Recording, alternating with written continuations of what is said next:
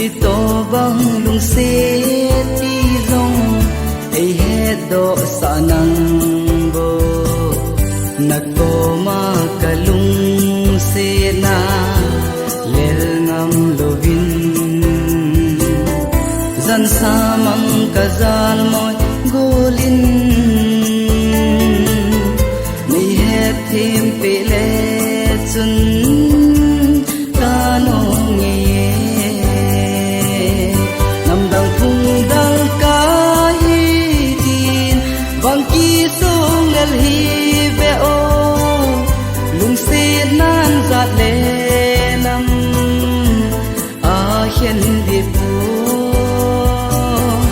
Lungset pe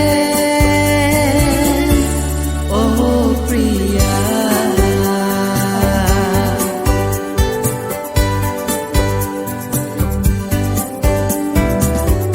Priya na zan mang be a kung lang di lâu hay mo golin ka hin lungset na kim thua chanh ho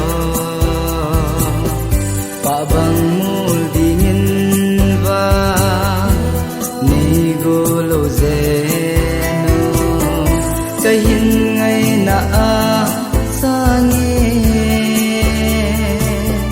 kung dang angamu so di kahin palpo namdang kung dang kahi di bangki song elhi beo nan zat le nam a hian di pu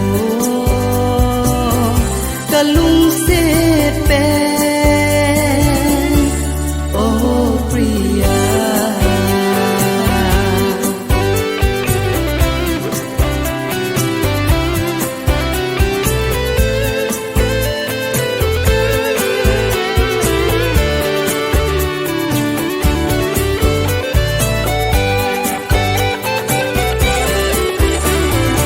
Yo, Priya, the song's for day.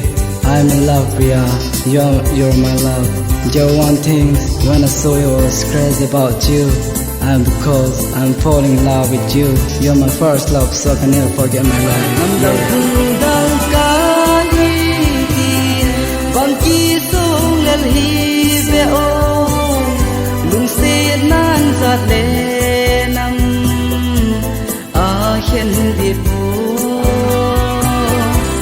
Lungset pe